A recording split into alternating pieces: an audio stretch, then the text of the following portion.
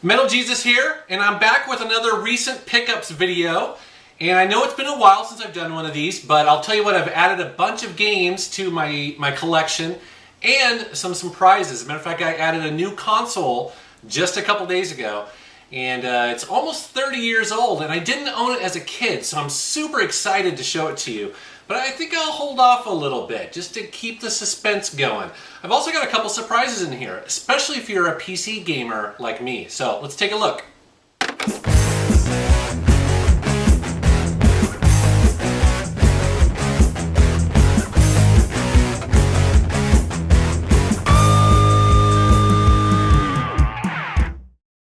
Alright, so first up, I thought I'd show you something I found at a thrift store, and that is the Fallout lunch pail. Very cool. Now, I forget, but I believe this was the Fallout New Vegas Collector's Edition or something like that. And when you bought this new, it basically came with a game and a bunch of stuff on the inside, including a bobblehead. Unfortunately, this did not come with that. So it was just empty, and it was for 10 bucks. So I thought, well, it's in perfect condition. I figured I'd buy it and load it up with some of my own Fallout memorabilia. So I basically have all the manuals that I own in here. Unfortunately, I lost the first Fallout game, so I only have Fallout 2, Fallout 3, and Vegas in here. And I also have a, I think it's kind of rare, it's a PAX, it's a manual that I got at PAX, and it's like a survival guide when Fallout was, I think Fallout 3 was announced, and so that's also in here. I figured I'd just load it up with all the stuff that I own for Fallout. Pretty cool. Now, speaking of newer games, I also picked up some Xbox 360 over the last couple months, starting with James Bond Bloodstone. And I love James Bond, and this is a pretty good game. I thought it was, okay, and I didn't pay very much for it. And I've also picked up the Mighty Dragon Age 2. My wife is playing this right now, and I'm sort of waiting for her to finish it. She's playing it as good, and then I will play through it as evil and try to get all the achievements for it. Rock Band 3 I needed to pick up. I'm a huge Rock Band fan, and we have a bunch of people over occasionally to play some of the Rock Band games, so I needed to have the third one. And then finally I picked up a game that a lot of people recommended, which was called Enslaved, Odyssey to the West. And actually I was pretty impressed with this game. I liked it quite a bit. It wasn't perfect, but if you can find this, discounted or cheap, I highly recommend it. I enjoyed it quite a bit, and I thought some of the graphics were just amazing. Next up for the Dreamcast, I found and had to own Jet Grind Radio. Now, I love the Dreamcast, and a lot of these games are actually kind of new to me because I didn't own it when it was first released. And I know this is one of those classics that everyone says you must own, and I think it's really, really cool. I love the art style, a lot of fun, and if it looks familiar, it's because it was re-released and remade kind of on the original Xbox. Another game I picked up is a kind of, it has an odd name. It's called Egg. And again, this is for the Dreamcast, and it's called Elemental Gimmick Gear. Kind of a bizarre name for a game, but it came highly recommended from Pete Dorr on his channel. And I guess he described it as sort of Diablo for the Dreamcast. So I'm actually pretty interested in sort of digging into that. On the original PlayStation 1, I found Star Wars Demolition. Now, this game is sort of like Twisted Metal, but in the Star Wars universe. So, it's actually kind of fun. I was surprised by this game. Next up is Colony Wars. Colony Wars is a game that is similar to Wing Commander, and I believe this is 2 or 3 discs, something like that. It's a pretty big game, and played through some of this, and actually this is really fun. This is a really well-made game.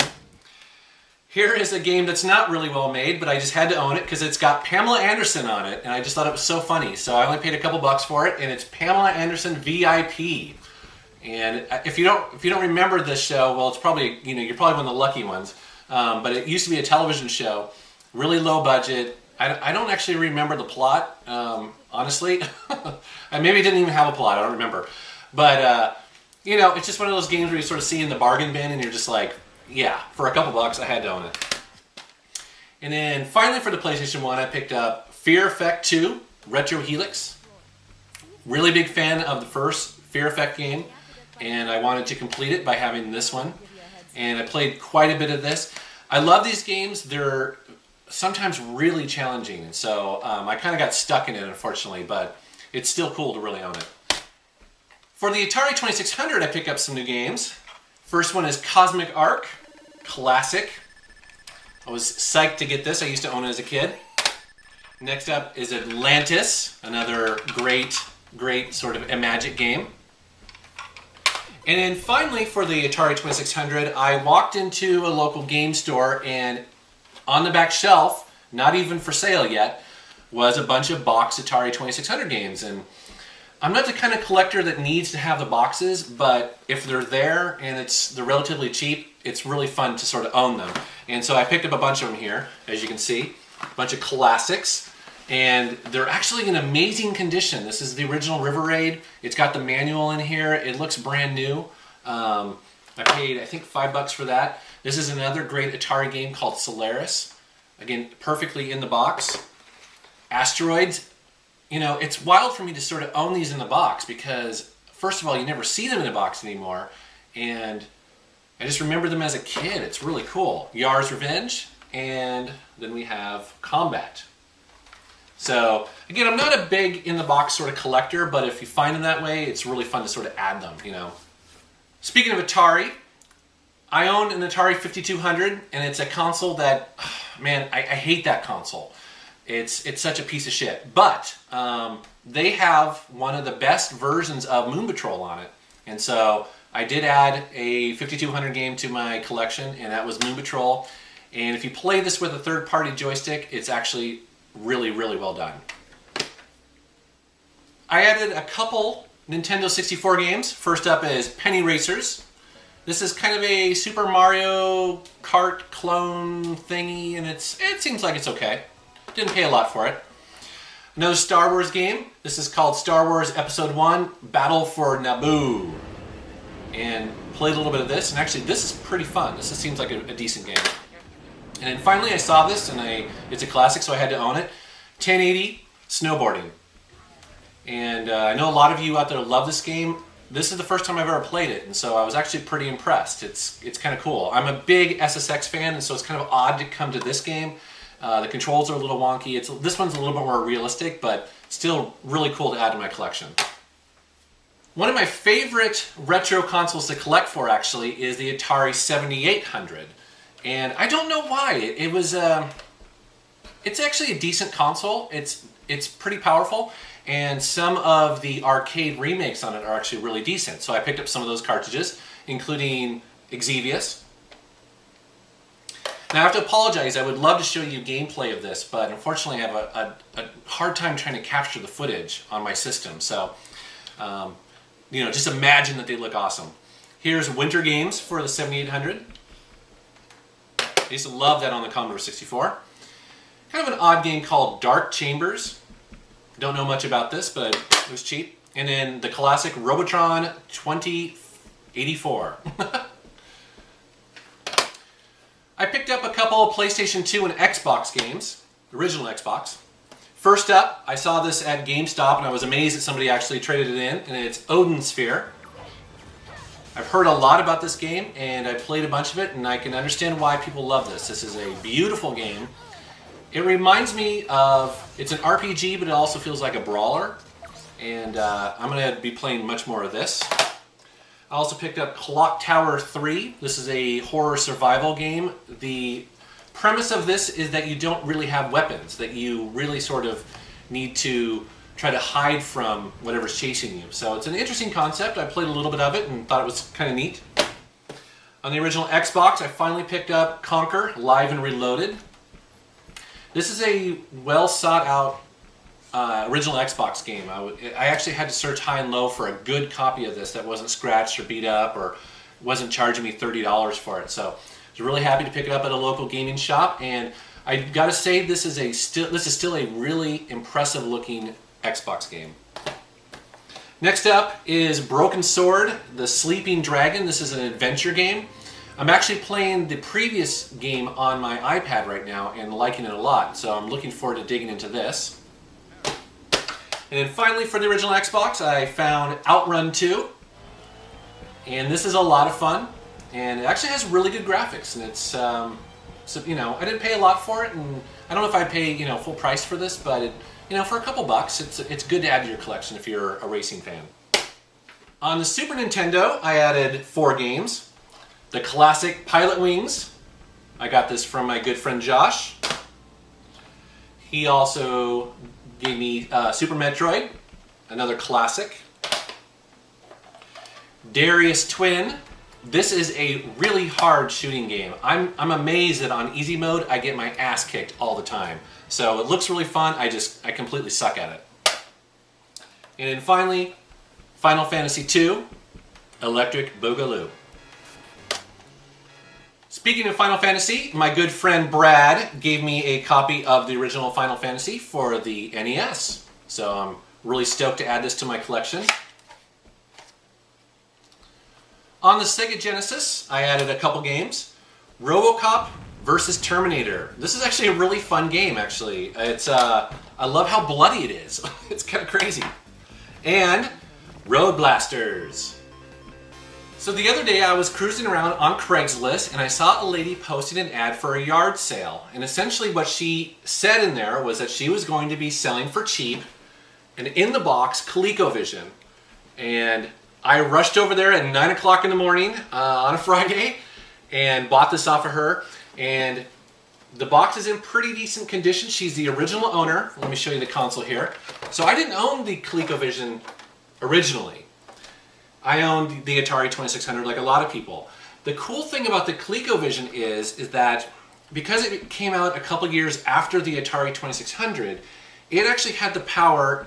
And its marketing, it said that basically it could emulate pretty closely what was going on at the arcade. So the version of Pac-Man actually looks and plays like Pac-Man on the ColecoVision. So it's a pretty cool console to own. Unfortunately, it came out a year before the video game crash of 1984. And so it sold really well for the first year.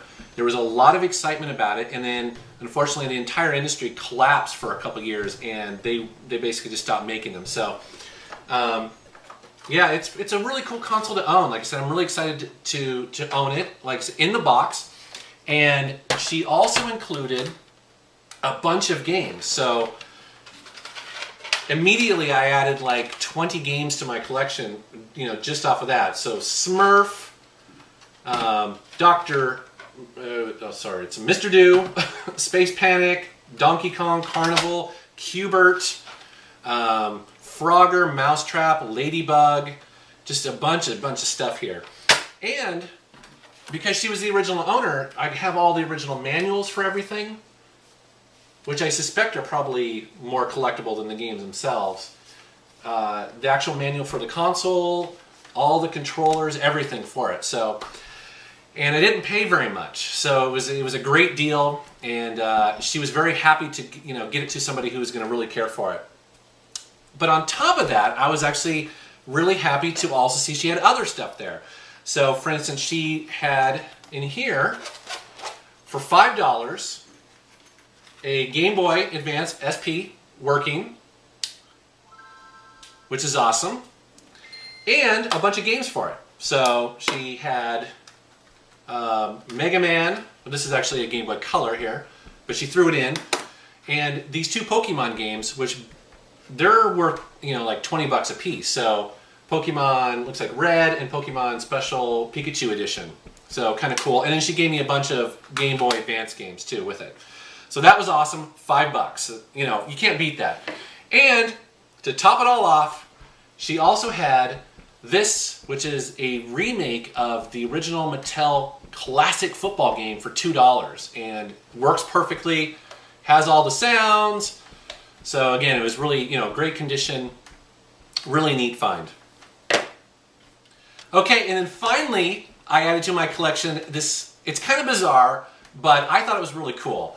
And some of you might be into it, especially if you're old PC gamers. And there was a guy who posted on Craigslist who had been collecting PC Gamer magazines for 15, 20 years, something like that. He had them all in pristine condition, and he was just basically blowing them out for, pennies on the dollar. And so, essentially, I got an entire box full of PC Gamer magazines in pristine condition. Now, the reason why I was pretty excited about this was because, you know, you can get on the internet and you can get on Wikipedia and you can read about all sorts of games in the past, but there's nothing quite like reading a magazine for a snapshot of what it was really like at that time.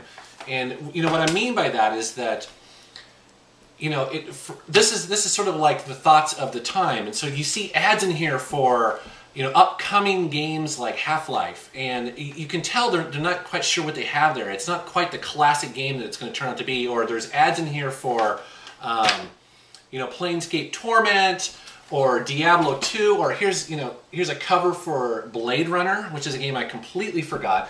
And you can see I've got little post-it notes up here to sort of remind me where the really cool articles are. And anyway, so I've got probably 50 of these magazines now, like I said, in perfect condition, and it's just really weird to go through and sort of see, like, you know, all the ads at the time, these games that you haven't seen or heard of in years. The other thing that struck me too is that in the back of these magazines, I had forgotten that they used to dedicate an entire section just to getting the games to run. So, for instance, there's articles in there about updating your sound card drivers, how to make a boot disk, how to edit your autoexec or config.sys. I mean, it's incredible. So it's a really cool sort of snapshot in time, and it's cool to own if you are a PC gamer like me. So that's my collection. Pretty epic. There's a lot of really fun stuff here, and I've been having a blast. So I want to thank you for watching my channel, and thanks for subscribing. Take care.